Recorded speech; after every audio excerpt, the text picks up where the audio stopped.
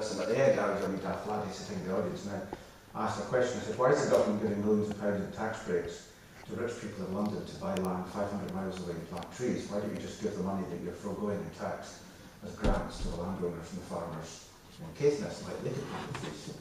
This is what's called a naive question. I can't remember the answer, but I do remember after a professor pulled me to one side and suggested it might not be a good idea to ask such politically controversial questions. And I didn't know what was controversial about that, but I quickly realised that when you do start asking questions about land and power and money, some people get uncomfortable. And I got to enjoy making people uncomfortable, so kind of kept asking. And I was also in the Arts Library reading books by people like Tom Johnson, The History of the Working Classes in Scotland, which is a classic. And he's got a chapter called The Reaving of the Common Lands. It's the first, it's the only really good account of how Scotland's common lands disappeared. And Johnson claims in his chapter that we'll be rather under than overestimating the common acreage in the latter part of the 16th century, fully one-half the entire area of Scotland. And I was kind of curious because I knew that half of Scotland wasn't held in common anymore, so I was a bit, ever since, in a sense, I've been on a quest to find out what happened to it. And in 2010 I wrote this book as a new edition out next month, and the reason for writing this book was in 2007, at the beginning of the Scottish Parliament, there was quite a bit of activity around land reform. I'd written a book called Who in Scotland in 1996. And then in 2007 the SNP came to power and just dropped the whole thing. There's a whole story there which remains untold to this day, but they dropped the whole thing. And nothing happened. I was aware that this issue wasn't going away. There were still issues on the ground there, there were still issues to be addressed. But I knew the next time it came around we needed a much broader participation in this debate, we needed a much better informed populace to engage in this debate, and so I thought, right, I'll write a book to try and explain some of the historical background to all of this, and give people some of the insights and tools to try and engage with. So that was the point of that. Now, land is important for things that we don't traditionally think land is important for, but I was unfortunate enough to buy a flat in Edinburgh in the early 90s, and I paid what was then quite a lot of money for it, and then we went through the boom and the bust of somebody like John Page or someone, Thatcher, I can't remember. I lost a lot of money, and so when Gordon Brown became Chancellor in 1997 in his first budget in July or June 1997, he said, I will not allow house prices to get out of control. Because when he left as Chancellor, they tripled. He also said, no, we're trying to keep them bust. George Osborne, our current Chancellor, went to Dublin, gave a lecture at Trinity College in 2006, and said that Ireland stands as a shining example of the art of the possible and long-term economic policy. So here we have two titans of British politics, two Chancellors, basically not understanding the role that land and bubbles played in an economy. And of course, as the Financial Times put it a couple of years after the crash in Ireland, at the height of the lunacy, around 3/4 of the total lending by Irish banks, around 420 billion, or about 2.5 times the size of the economy, got bound up in property construction and land speculation of one sort or another, a sort of Northern Rock on steroids. And this is what happens when you don't take care of how you govern land in an economy. And of course, it all kicked off in the United States with subprime loans and mortgages, where poor people basically were encouraged to take out debt, and they were encouraged to take it out on loans that were very, very cheap. In fact, in many cases there was no interest to be paid for the first 2 years. But when they asked what happens after 2 years, when interest rates go up, they said, well, don't worry, because if you buy a house now for $200,000, it'll be worth $250,000. You need to sell it, pay off your loan. Of course, that never happened. People defaulted in their mortgages. The mortgages were then packaged up as these securitized debt vehicles, went around the world, sat on banks' balance sheets, and the whole kind of can of worms. Can of worms? House of cards, whatever. Started falling apart. So the land was at the heart of the financial crisis. And incidentally, one reason why the US is bouncing back economically and we're not is because they have non-recourse loans. So when people borrow $200,000 in the US secured on a house, if it falls, it halves in value to $100,000, the bank security is the house. So it gets the house. The house is only worth half of what the money is rented, and that's the bank's problem. And people can literally just hand in their keys and walk away debt-free. We've got recourse loans. So you take out a loan at the top of the market, house price, effectively land price is what it is, halves, you're stuck with that debt for 20 years in Scotland. And these are some of the things we need to change to get out of an economy based on land speculation and unsustainable levels of private debt. Now, when I was at university, I began to get some insights into why land mattered. And one of the most powerful stories I ever kind of encountered, and I wrote it up in a blog a few years ago, was when I went out Deeside and I met this woman in the top right, this old lady. She was called Jean Bain.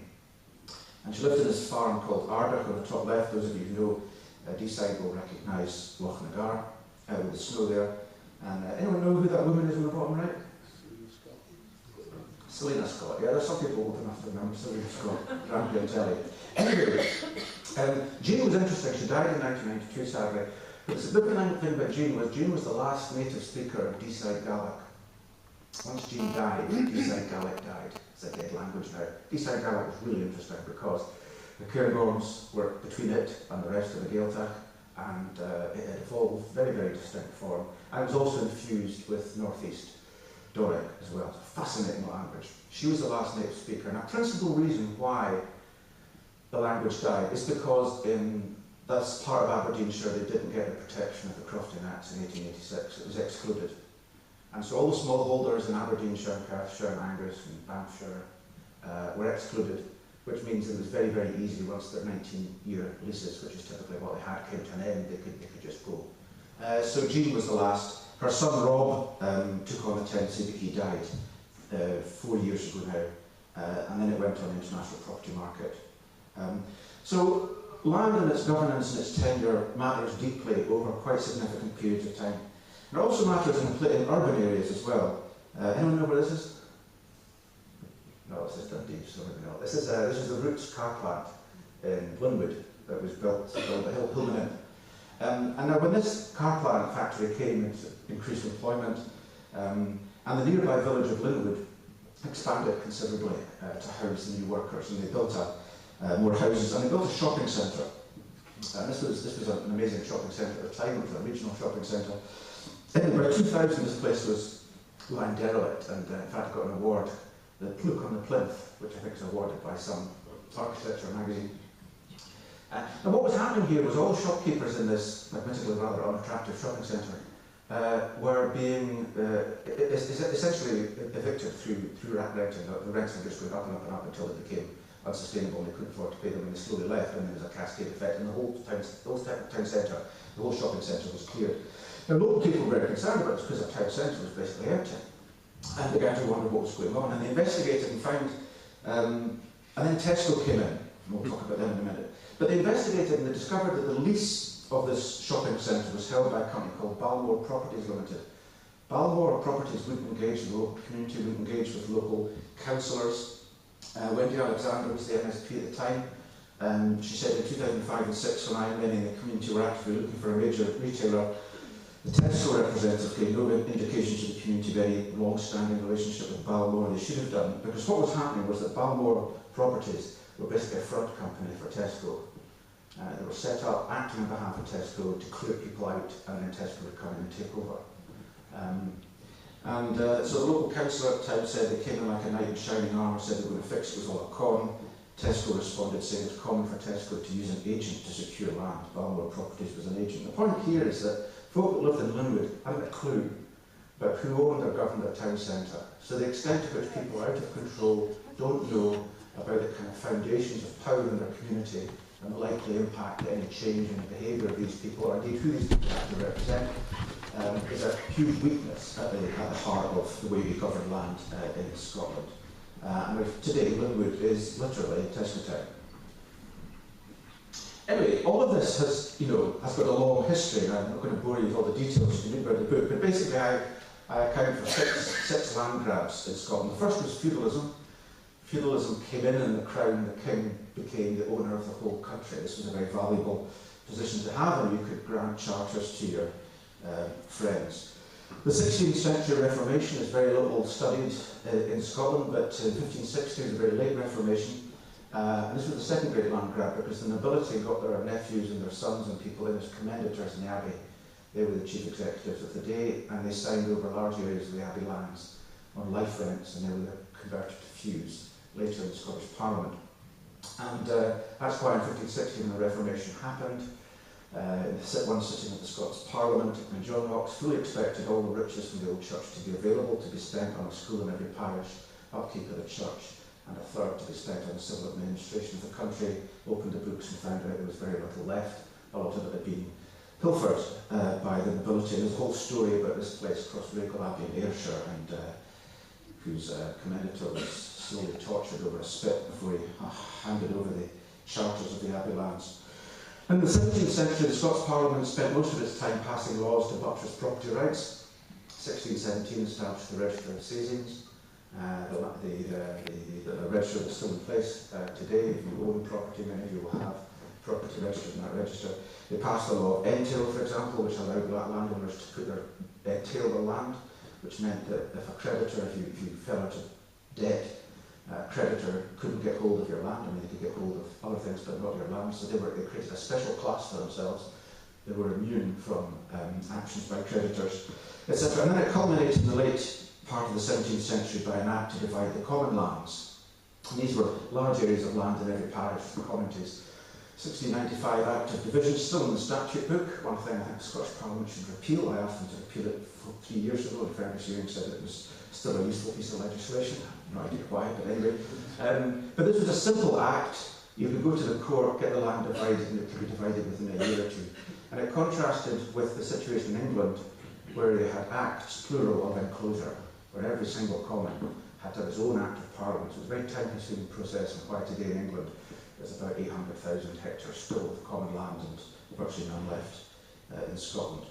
Now, the common lands of the royal boroughs, these were exempted because these were valuable for royal boroughs. But it didn't take long for them to be pilfered either, because in the 15th century we had elections in the royal boroughs of Scotland, in Perth and Roxburgh, Edinburgh and places. But they started not being held, they started not being, the elections were not adhered to, and were rioting in the streets because of this, even though everyone didn't have the vote. And so Parliament's response to this, instead of insisting on these annual elections, was to abolish them and to pass a law that said the old town council shall choose the new town council, and together they'll sit down and choose the officers, the chamberlain, town clerk and stuff. So until 1833 Borough Reform Act, for 350 years, councils chose their own successors. And these were people who, by the 16th century, had acts that allowed them to few the common lands, etc. So there was rampant municipal nepotism and corruption in Scotland's royal boroughs, which led to a lot of the common lands disappearing. The sixth land grab, of course, we sort of ran out of land here and went overseas and stole other people's countries. People like Captain Cook, who went to Australia ostensibly on a mission to observe the transit of Venus from Tahiti, a scientific expedition, had secret orders from the Admiralty to possess and take and colonise any land he found that wasn't currently colonised by any other European power. So he landed in Queensland and planted a flag and read out a royal proclamation, and Queensland became British. That incidentally lasted in 1955. It was the last act of colonial possession by the British Crown, and it was applied in Rockall, of all places, which is a little rock out of the Atlantic. We were worried in the Cold War that the Soviets would use this as a base from which to track missiles that we were testing from South East. So the Admiralty was very concerned to claim sovereignty of Rockall. So they asked the Colonial Office, how do you colonise? And they said, well, we're actually very busy trying to work out how to decolonise, but if you really want to know, it's quite simple. And they literally did pull out the royal warrant that had been given to Captain Cook. Now, it was very short, and about a page and a half long. The Queen wrote, well, she didn't write it, she just signed it, a new warrant giving instructions to Captain O'Connell of HMS Vidal to sail to Rockall, to effect a landing, to take it in the name of the Crown, affix a plaque, hoist the Union flag, 21-gun salute, bemused puffins, and Rockall became British. 1977 we passed an act, the Rockall Act, which is probably the shortest act in the statute books, which basically says Rockall is British, and in case anyone goes to live there and needs to vote, then it forms part of the territory of Scotland within the jurisdiction of Scotland in the district of Harris in the county of Inverness, so just so you know.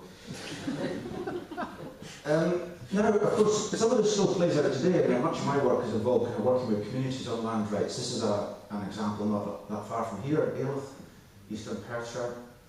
This was an example, very, very, very east end of Perthshire. That's the boundary on the right hand side there.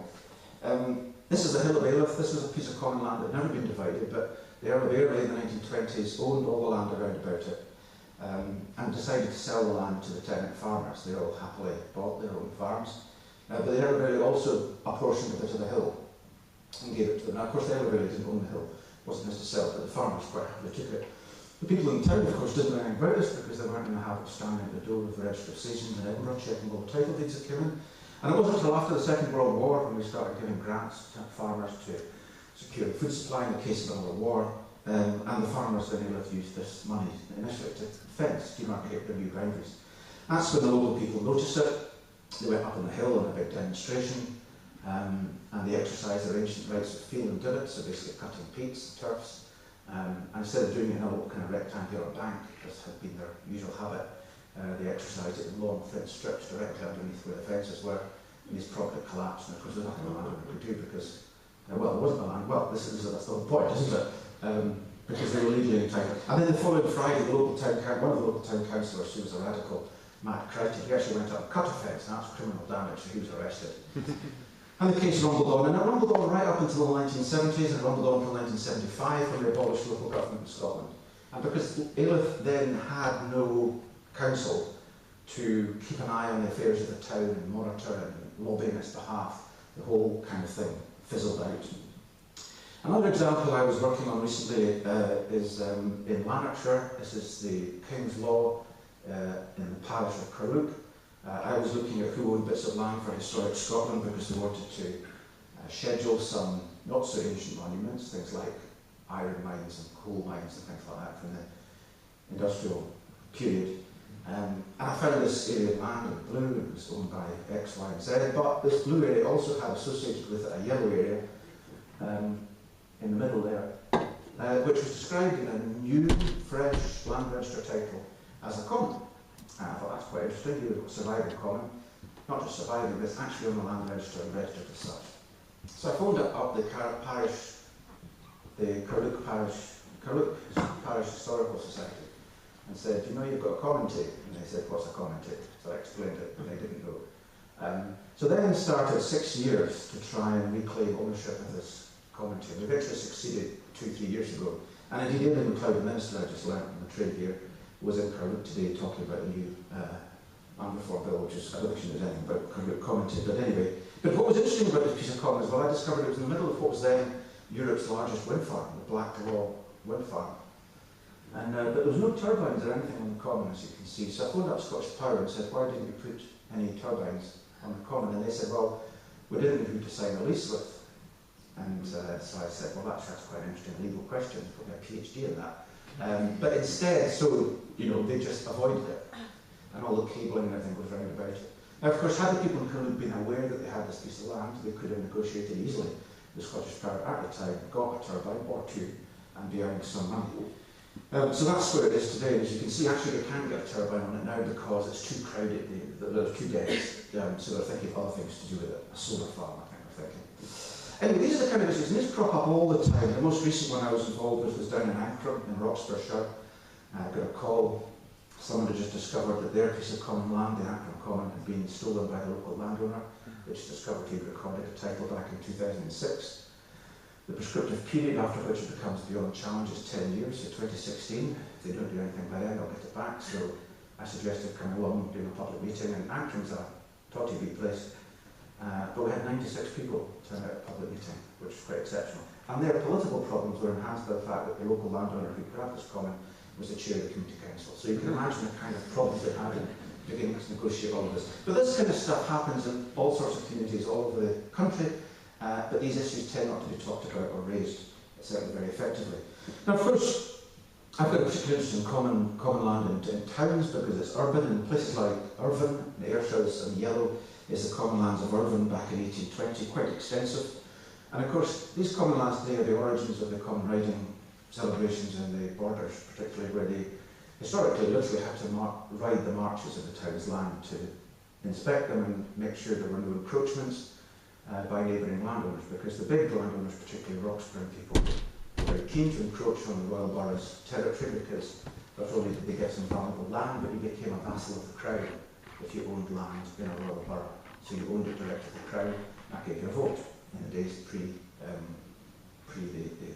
the Reform Acts. Places like St Andrews, there's a whole history here. St Andrews, because of rampant municipal nepotism and corruption, went bankrupt in 1790 or thereabouts. Decided to try and raise some money by leasing out their famous common lands, the Pilmuir Links as they were called, now better known as the Old Course and all the famous golf courses. There's quite a lot of golf courses there now. Anyway, they leased them out to a rabbit farmer, Mr Dempster. And things were okay for a while. They could still play golf because that was their ancient right. They couldn't stop townspeople playing golf. But of course the rabbits started multiplying, as was their intention, to feed people. People ate rabbits in those days quite extensively. And these 18-hole golf courses turned into 50-hole courses, and new bunkers appeared. And these are the kind of engravings that were done as part of the campaign locally to stop. And there was literally the blood was spilled. They were called the Rabbit Wars. People attacked the rabbit wardens. The case went all the way to the House of Lords. It was a huge issue. So these kind of land issues are part of our history, they're part of our urban history, and they take place in every single town in Scotland. You could probably write a book about them. In my hometown of Edinburgh, we used a common good fund to acquire the land from the Heriot's Hospital, upon which the new town of Edinburgh is built in yellow here. So we have a bit of fun here because, of course, the streets of the new town were never viewed. All the buildings and stuff were viewed out and are now private property. The streets were never, of course, for example, in George Street now, there's in Edinburgh sort of half pedestrianising it, and there's all these tables and chair licenses, cafes out in the street, of course, paying a lot of money to the council. It should all be going into the Common Good Fund. Do you think it is? No, it's not. And most recently, for those of you who follow my blog, I discovered that the Edinburgh Council, in their infinite wisdom, had been asked by the Scottish Government, who were trying to consolidate a title to the Court of Session behind St Giles. They'd been asked if they had any interest in this piece of land that Parliament Hall was built on, which was built in the 16th century by the citizens of Edinburgh with the Common Good Fund through public subscription. And City Council wrote a letter back saying there was nothing to be us. Actually, a lost title. So the internal auditors are looking at it. They did a report last week which they considered should be held in private, trying to prize it out of the council. But it just shows you, even today, in one of the most old and valuable pieces of common good property in the whole of Scotland, the Parliament Hall built for the Scots Parliament in the 17th century, the council has just kind of washed its hands on it.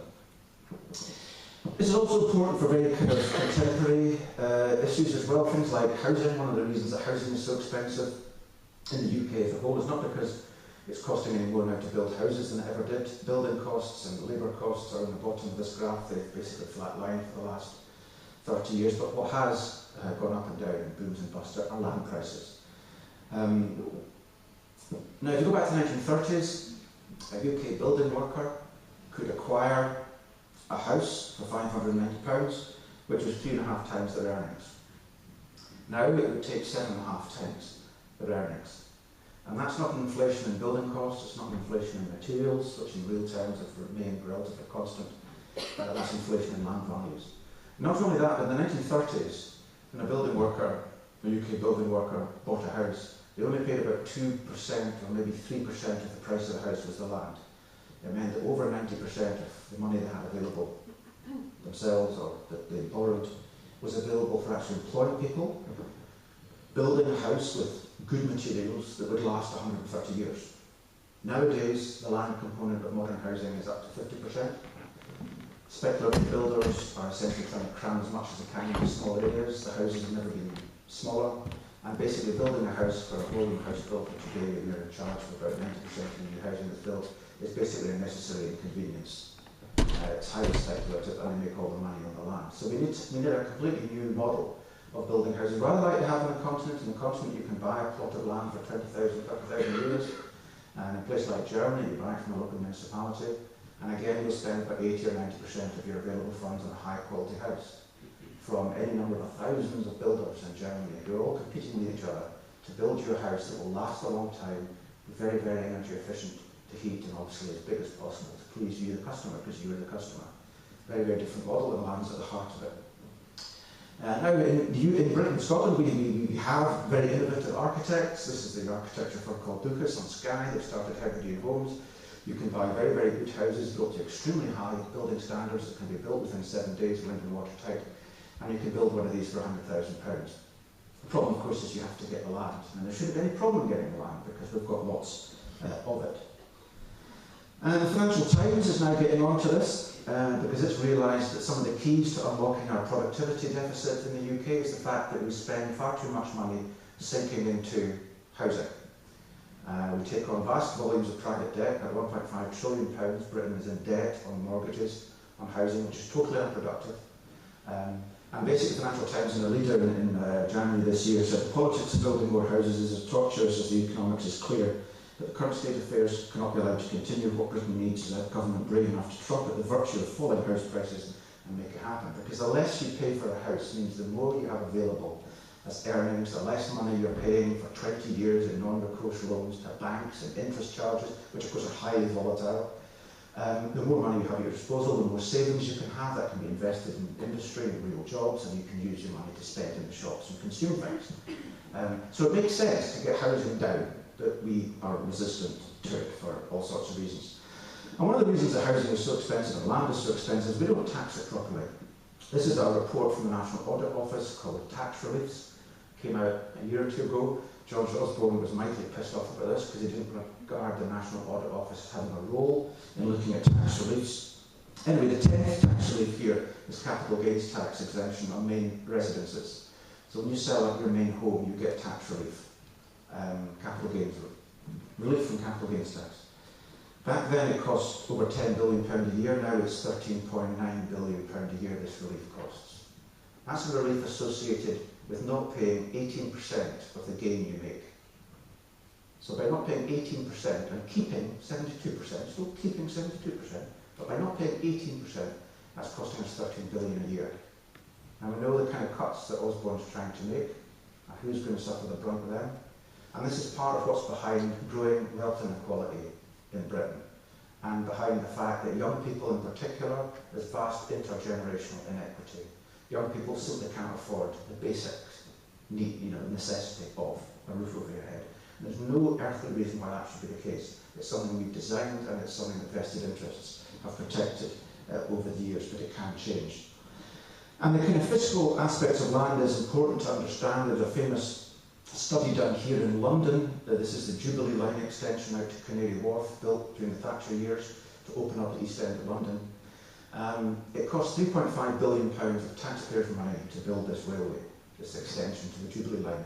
There was a property developer called Don Riley who owned a lot of land in the East End, in the docks. He was delighted that the public was building a railway to bring lots of workers to his doorstep. And he did a study within 500 metres of every new railway station. Land values, he calculated, as a consequence of building the railway, had risen by £13.5 billion. London School of Economics did a study and came out at £9.75 billion. But it's somewhere around 10 to 12 billion. So in other words, we'd spent £3.5 billion and were given gratis a gift to landowners of 10. In other words, we could have built 3 of these railways and nobody would have been any worse off. And we'd all be better off because we'd have better infrastructure. So tackling this question is fundamental to the economic prospects of Britain. And closer to home, I'm kind of a sad geek. When things happen, I often ask who owns it. This was a fire in Glasgow, a big fire 2 years ago, in a co-op warehouse building at the south end of the Kingston Bridge. As I went on there, it was the biggest fire in Glasgow for 20 years or so, huge fire. So it's all headlines. And I thought, who owns this? You know, who's suffering this loss?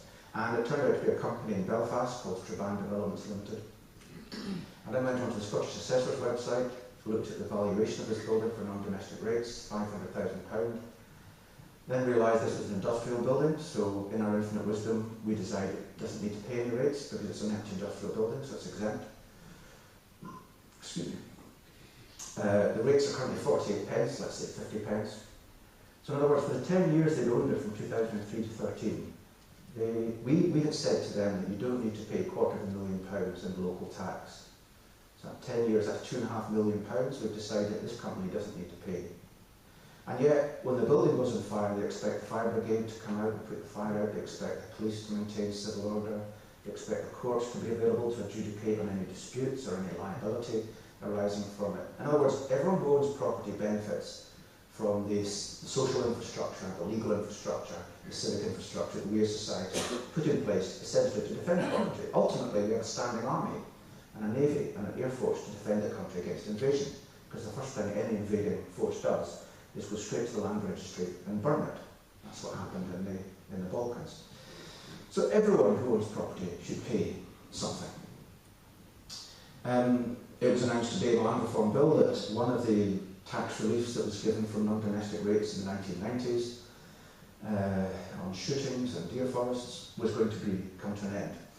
This is Sheikh bin Rashid Al Maktoum, who owns about 65,000 acres of land in Westeros via a company registered in Guernsey. So in 1994 he had a tax bill lifted from him. His shootings were valued in the valuation roll about £3,500 a year. The local caravan site was in the valuation roll about £3,100 a year, about the same. Today the caravan site in the valuation roll is £26,000 and it's paying £13,000 a year in non-domestic rates to Highland Council. £13,000 is quite a lot of money for a small business running a caravan site, and yet Sheikh bin Rashid Al Maktoum is paying nothing. This is a nonsense.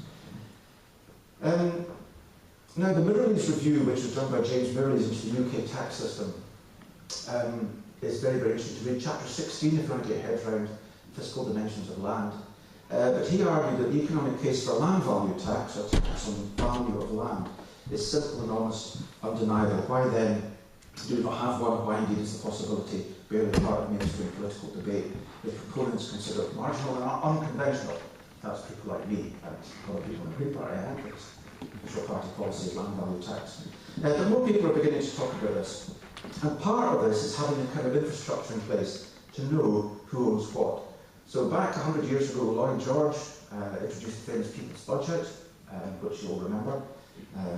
Remember it personally, a famous event in political history because it led to there's an election that led to the Parliament Act, which stopped the House of Lords blocking money bills, but the landowners in the House of Lords were against the budget because it contained provisions for a land tax.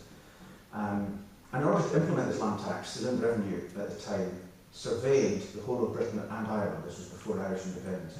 So the whole of Britain and Ireland was surveyed by Inland Revenue surveyors with ink, pens and paper maps, and this is one of them, it's in Hamilton in Lanarkshire, and recorded the ownership and the occupation and the value, the improved and the unimproved value, and the square meterage and the current use of millions of hereditaments of property right across Britain. So if we can do this 100 years ago with ink, pens and paper, surely we can do it today. And the answer is we can do it today, but we're not doing it terribly fast. This is an extract from the Land Register, which at long last the government said they want to complete in 10 years. This was actually done very speedily, this particular interest, because this was PetroChina, came in and wanted to invest in Grangemouth. The Scottish government said, yeah, we love PetroChina, we want PetroChina to come, but PetroChina wanted a good title, so the Scottish government facilitated a rapid registration of rights here. So this is the kind of infrastructure we need to make intelligent use of, to design intelligent tax systems, and also to give the public good information. Now I just want to finish off talking about democracy and all this, because it's fundamental that people have much more of a say in the places they inhabit. A few years ago I was cycling through Germany, and I thoroughly recommend if any of you are in Germany to go and visit Lutherstadt, Wittenberg. It used to be called Wittenberg, but Luther came from there, so it's now called Lutherstadt, Wittenberg. Luther is one of my heroes, not so much because he pinned his thesis to the church door and denounced the Church of Rome and appealed to the right to, or argued for the right to appeal to God directly, but more because he was also a political reformer. And one of his first political acts was to persuade the town council of Wittenberg to stop paying the tithes, which was a tenth of all the rents and the revenues in the town, to the church. Now, in 1525, that was a pretty revolutionary thing to do. And the town council agreed. They were out on a limb, no one else was doing this, and they put them into this chest, the common good chest of Wittenberg. And they used this money to pay for bursaries for students, young people, to go to university in Saxony and study, and they used it to pay maintenance payments for orphans. So this was a social security system started in the town of Wittenberg, and this was the beginnings of modern, local, democratic governance in the towns and villages right across Germany and later across Europe. And this is where we are really, really odd. because in most of continental Europe, they still have local government, whether it be French communes or Spanish municipios. We're weird. We just have 32 municipalities in Scotland, very large ones, covering over 100,000 people, almost 1,000 square kilometres. Typically in Europe, you have local government at the lowest level, representing about anything from 5 to 10, 15,000 people. Now, if we still had, and we did have, town councils like Ayliffe, had 196 of them, we wound them up in 1975. We had parish councils, which is like the German municipalities and the French communes. They were wound up in 1930. But if we kept them, we'd have 871 councils in Scotland, and we'd be between Italy and Belgium, which is more kind of the European norm. Now, it's a kind of radical thought for people to consider we should have 871 councils in Scotland, but this is normal in Europe. So whether we want that or not, the point is we are abnormal because we've lost the political relationship with the place we live in and the capacity to influence events in it. This is illustrated quite well in Fife. We used to have 26 councils, then the parishes were put on a statutory footing, went up to 82. Parishes were abolished in 1930, down to 33. Then local government was abolished, we just had a region and 3 districts, and now we're down to 1. And if you read the papers and you listen to what politicians are saying, there is a significant body of opinion that said we should just essentially get rid of local government. Edinburgh can run everything. I would say this has happened so insidiously that we need to begin to challenge this before it's too late. Across Europe as well, you've got very different patterns of land holding. I did a study looking at forest ownership. Quite remarkable. This is looking at 19 countries in Europe. Scotland at the top, over 50% of private forest holdings are held in holdings of over 100 hectares, so relatively large holdings. In these 19 countries in Europe, it's precisely the mirror opposite. The majority are held in holdings of less than a hectare. And that's to do with the fact that in continental Europe, they have inheritance laws that give children a legal right to inherit land, which we still don't. And so they have a small-scale pattern of ownership, and hence they tend to have a small-scale pattern of forest ownership and all the rest of it. In places like Norway, this is a Hemsedal commune. Not only do they have local government, but half the income tax you pay, or almost half the income tax you pay in Norway, goes straight to the commune. So the people that you meet here in a lecture in the evening in the town hall, or in the pub, or in the school playground picking up your kids, or in the shops, are the people that you gave half your income tax to last week. And that builds quite a remarkable level of trust and accountability in how public money is spent. Unlike, I'm self-employed, so 2-3 months ago I wrote a cheque to George Osborne, went to London Treasury, Barnett Formula comes to Edinburgh, John Swinney Strong Arms Local Government, they get some of it, but down below we don't see anything. So we're living in quite a topsy-turvy world. Government's getting interested in land reform. In the last session, we had the Scottish Affairs Committee had a good report.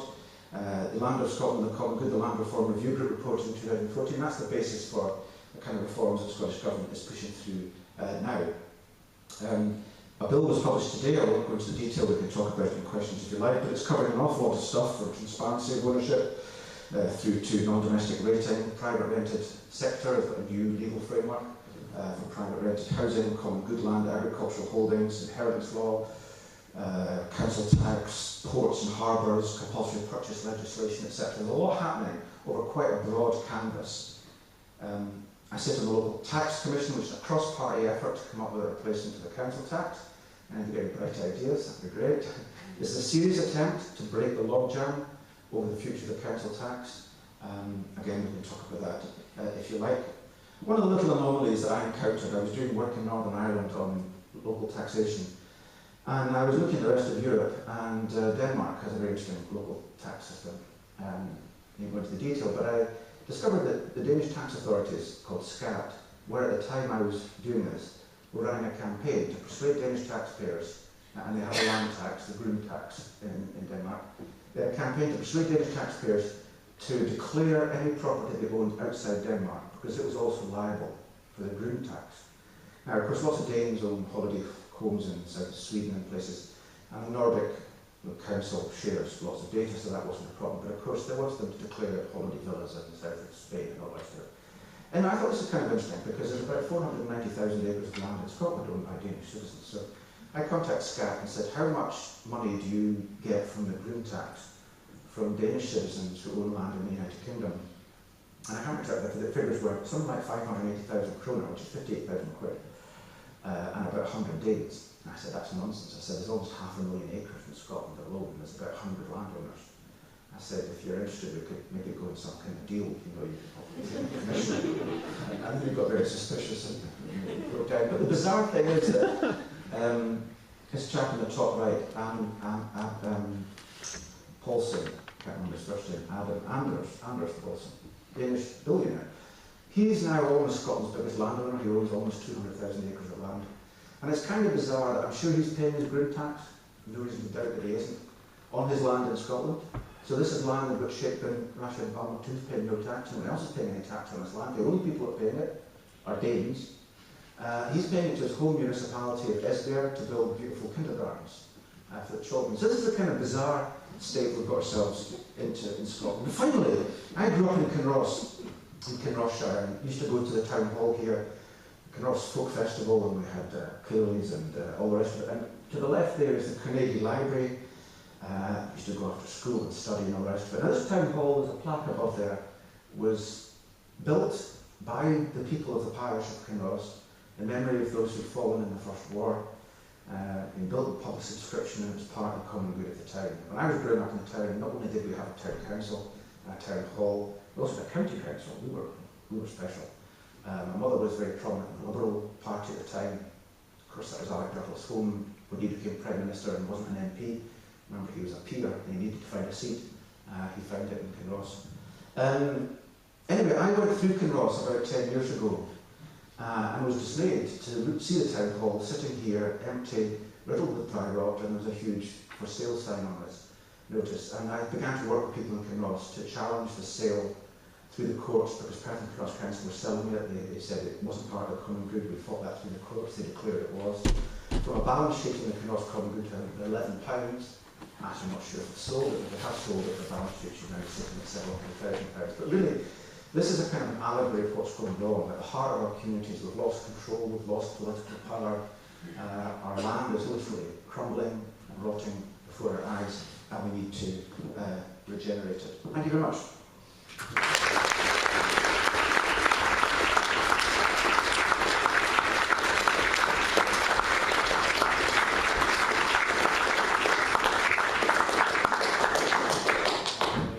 Questions? Yes, we've got 10 minutes. Okay. Ask. Not working? Yes. Right, where should we start? You want to shout or do you want the microphone? Mike. Are there any? Probably don't. I'm Jacob. Are there any campaigns at the moment to break up the fiefdoms into smaller areas to the 800 that you proposed? Are there any campaigns? Well, what's been interesting is that land has been something that's been the preserve of a kind of small sect of people. I've been campaigning for 20 years. A few others have been. But since the government started to take an interest in it back in 2012, the Land Reform Review Group reported, the referendum has politicised a lot of people who began to think about the future of Scotland, not just the constitutional future, but practical terms, you know, what it's got to look like and what would happen. The referendum's over, but that enthusiasm and participation commitment is still there. So there's a huge number of people now interested in these topics, and there are campaigns emerging. Commonweal is a think tank that's taken a detailed interest in some aspects of this debate. There's a group called the Scottish Land Action Movement, which you can Google, which have set up, and they're planning to do quite a lot of stuff. There's a day of action planned on the 30th of August. Commonweal are the best contact for that. I'm not quite sure who's Leslie Rick's involved. Someone from around here is coordinating it. Oh, this lady, of course. Admin in it. Yes. Help and Leslie. Speak to that lady. But I would just emphasise that, you know, a lot of these issues are issues that people at a local level have been campaigning on for a long time, like the folk in Alyth, like the folk in Ancram more recently. And what we need to do is we need to build alliances and movements across the country that link all this up. Back in 2005, I did a report into Common Good in Scotland because I was getting phone calls from people in Hoyk and Ayr and Gowshiels and St Andrews and places. Suddenly, I don't know why in 2005, there seemed to be a lot of these cases. And I was saying, Common Good, yeah, I've vaguely heard of that. What is it? No literature about it. Government didn't know what it was. So we published a report. Now it's getting much more popular. But there's still not enough demand, for example. There's not enough informed pressure on government to reform the law of common good, such that in the current bill, we're getting one little line, which is one line amendment to the 1973 Act, because a lot of people in the consultation said, oh, common good, what's that? So we've got a long way to go, is the point I'm making. But I would link up with any campaigns that you know about, there's two I mentioned, and particularly get campaigns going locally around land issues that matter to you in your community, whatever that is. It could be fishing, it could be heritage property, it could be buildings, land, agriculture, anything. We'll take this fisherman next. I was just wondering if you could possibly go into the concept of land value tax in a bit more depth. Oh, how long have we got? Land value tax or site value rating is a very old concept. Goes back to the physiocrats, Adam Smith and people, Henry George in the US at the beginning of the 20th century. And there was a big movement in the States because the States was urbanising and industrialising very fast in the late 20th century. And landowners were sitting on vacant sites in American cities. And just seeing the value of those properties rise hugely, like 100% a year. And there was a big movement to say, well, we should tax this because it's unearned increment. It's an economic rent in economic terms. And that should be the first call of any tax system, the money that people are not earning. Because it's not influencing the factor of production, which is land, it's still there to be used, there's no distorting effects. Let's capture that. And then if we need to top that up, we can tax people's incomes and we can begin to tax sales and all the rest of it. So that's been the theoretical basis of it, is you tax the land component of property alone, so you exclude what's built on it.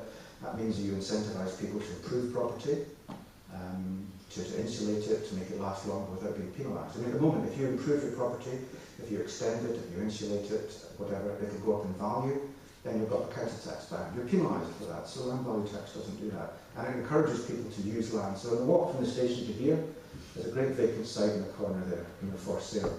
That's paying no tax whatsoever.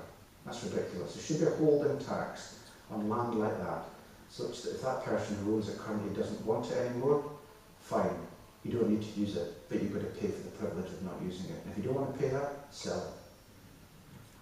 That's land value tax. I've got a student in Edinburgh who's very, very good at doing little short animated videos.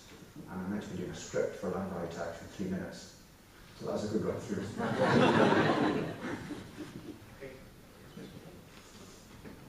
I think actually there's quite a good account of land value tax written by Andy Wightman for the Green Party, isn't there, as well? Oh yeah, it's a bit long and rambling. I'm very supportive of land value tax, and it'd be great to know if you think there's any chance of it actually happening as a replacement for council tax. But my question is actually about community buyouts and what you've thought of that. And obviously, I mean, land value tax is just a step, and actually owning the land is an awful lot better. But then there's something that sort of sticks in the throat about the idea of buying out land and giving a whole lot of money to the current landowners. So I'd be interested in your comments on community buyouts. Yes, I mean, fundamentally, if you're going to get to the roots of this, you need to capture this economic rent, because it belongs to the community. All this excess value, which is why, a capital gains tax charge of 18% on the profit you make selling a house is nothing to ask, really. Land value tax would be taking 100% of that. And why not? Keeps houses cheap, and makes sure everyone can afford one, But, so yes, this kind of situation where we're giving new rights, and there's a new right, a new community right to buy in the bill published today, to communities and people to buy land at inflated costs is really not a very sensible idea. But there's no real strong political consensus for pulling the rug from sort of speculative property market. A lot of people like the idea that their house will look in value, and that's their retirement. It's interesting, we're talking to people now, a lot of older generations who are sitting on a lot of housing wealth are beginning to see that it's fundamentally unfair because their children and grandchildren can't afford it. So things are shifting. Financial Times is arguing that house prices should go down. I would argue house prices should halve, you know. But this is difficult territory politically, so I don't quite know how fast it's going to happen, but we need to have these kind of debates. But in the meantime, yeah, providing communities and people the right to buy land, or even farmers giving them the right to buy land, which is way, way overpriced, is a gross waste of money, whether it's private money or public money.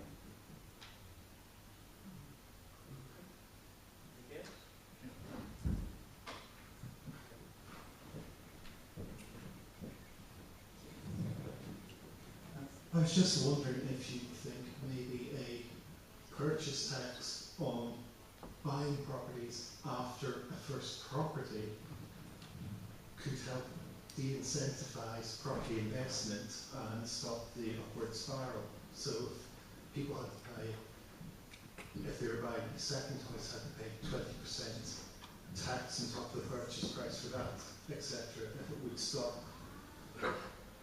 Yes, I mean, landlords that's effectively stamp duty, which we have at the moment. but more being higher rate if it's after the first property.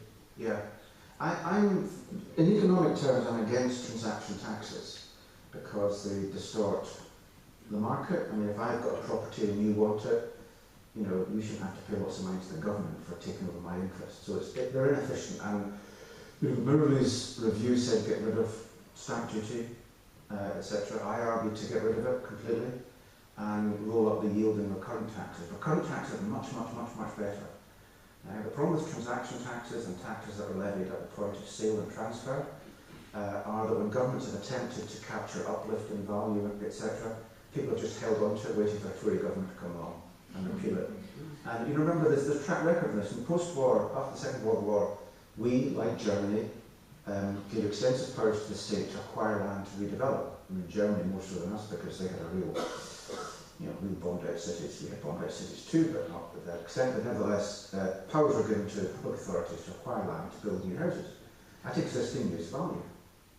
So when it came to vacant land or fields, they just bought a field for £5,000 and built houses. And that's partly why houses were so well built then, because they spent all that money. And then that was appealed against, landowners got in, the Tories came in 50, was it, and passed a new law that said no, public authorities want to acquire land. For housing, for example, they have to pay the future use value. So instead of paying £5,000, they have to pay £5 million. Germany never did that. So Germany to this day, urban authorities buy land at existing use value. And that's why German houses are much, much better quality, because the public authorities are spending virtually all the money building really high quality housing, and they're borrowing it from our equivalent to the public loans and works board for 1.5% interest, and they're getting a 2% or 3% return from their tenants. We could do that in Britain. We could repeal the 1961 Act, give local authorities the power to acquire land, borrow money at 1.5%, get a return from tenants at 2%, get people living in high quality accommodation, affordable rents. There's no problem. We could do it. There was a lady here with green hair. And then, sorry, when do you want to wrap up? Sorry, past you now. Yeah, we've got a couple more. Couple of... Anna, then you give that to Owen. I'm not very knowledgeable about the subject. I'm 24, so I'm never going to own land.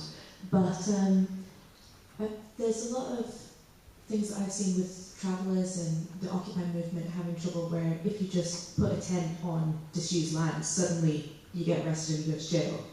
Can you explain how people aren't able to use land that's not being used? No, not really. I mean, this is all to do with laws that were passed, I think in the 90s, wasn't it? The trespass, what was it called, Act? The criminal trespass was the first one. And then there's been subsequent ones. And these increasingly have become more draconian to be used against citizens. And one of the unfortunate aspects of this is it's creeping into the public realm in our towns and cities now. There are business improvement districts in places where businesses now have got, if they don't have bylaws, they've got more leverage with councils to use laws to move on people that are sitting there playing a tune and a penny whistle or whatever. So the kind of privatisation of public spaces and the inability of people to sort of congregate and move freely is becoming under more strain. Mostly in the south of England, where there's huge population pressure and all the rest of it. Not so much in Scotland, but nevertheless there are fundamental attacks against people's civil rights, particularly in public spaces, which I think we need to roll back some of them. But I'm not across the law and all of that, but you're right. And you know, travelling people have had a very, very bad deal historically. A great little political win last week was a woman called Jess Smith, who's a wonderful lady, written fantastic books. She's a traveller, and she's been campaigning to protect what's called the Tinker's Heart in Argyll, which is an old road junction with a little heart made of stones. It's a very, very old site where travellers get married. And Historic Scotland have just turned their nose up at this historic and said, well, there's no real material culture there and all the rest of it. And she put a petition to the petitions committee. They heard it. Mike Russell did a good job as MSP in Historic Scotland last week. She read the letter from Historic Scotland, saying they're regarded as a valuable part of Scotland's intangible heritage and blah, blah, blah. And we're signatories to UN conventions on material and intangible culture and stuff. We've got legal obligations to preserve this kind of stuff. But yes, they have been, and locally they were, you know, ridiculed and all the rest of it. But now, yeah, so things are slowly improving, but you're right. Final question? I've got a quick question. And then you how much of an international aspect is to this? Like, for example, corporation tax is an international problem, and we almost can't move because some other country will be cheaper and all the companies will disappear there. Is that one of the factors that's affecting lack of reform in land? Because we're so unusual that we've got the easiest land to be able to grab from international investors. I don't think so. I mean, it's interesting. I mean, that's a huge big topic there, but you know, people like Amazon, you know, have been criticised for not paying enough corporation tax. Amazon in the last 10 years, I think, have paid £1 million in corporation tax in the UK because it's all funneled through Luxembourg. But because Amazon have a huge distribution place on the M90 just outside Dunfermline, you go to the Scottish Assessor's website, put in the postcode, find out the rateable value of that property is £4.3 million. So they're paying just over £2 million a year in land taxes to French Council. So the last 10 years they've paid 20 million in land taxes to local authority and 1 million to the state in corporate taxes. And that shows you why land taxes are really, really important, because you just cannot avoid them. I mean to apply that principle, whereas capital is mobile, and yeah, it's increasing the race to the bottom. It's very difficult to capture that. And from here, then you need to run an AGM. There's a castle and estate, Meaduncle Belmont Castle, which was bequeathed by James Kerr to people of Dundee, and the council currently want to sell it. What is the best way for a member of the public or members of the public to try and engage with the councillor in this, to get some transparency, trying to find out why they want to do it? I believe they actually have to go to Hollywood to try and... Yeah, this is a property that was part of common good of the City of Dundee, but then on local government reorganisation it fell into Perth and Kinross, so they took it over, and then Dundee got it back, etc. It's been run by, well, it was Church of Scotland run it for 10 last, yeah. It's rather like the story about Portobello High School in Edinburgh. They have to go and get a private Act of Parliament to allow them to sell it.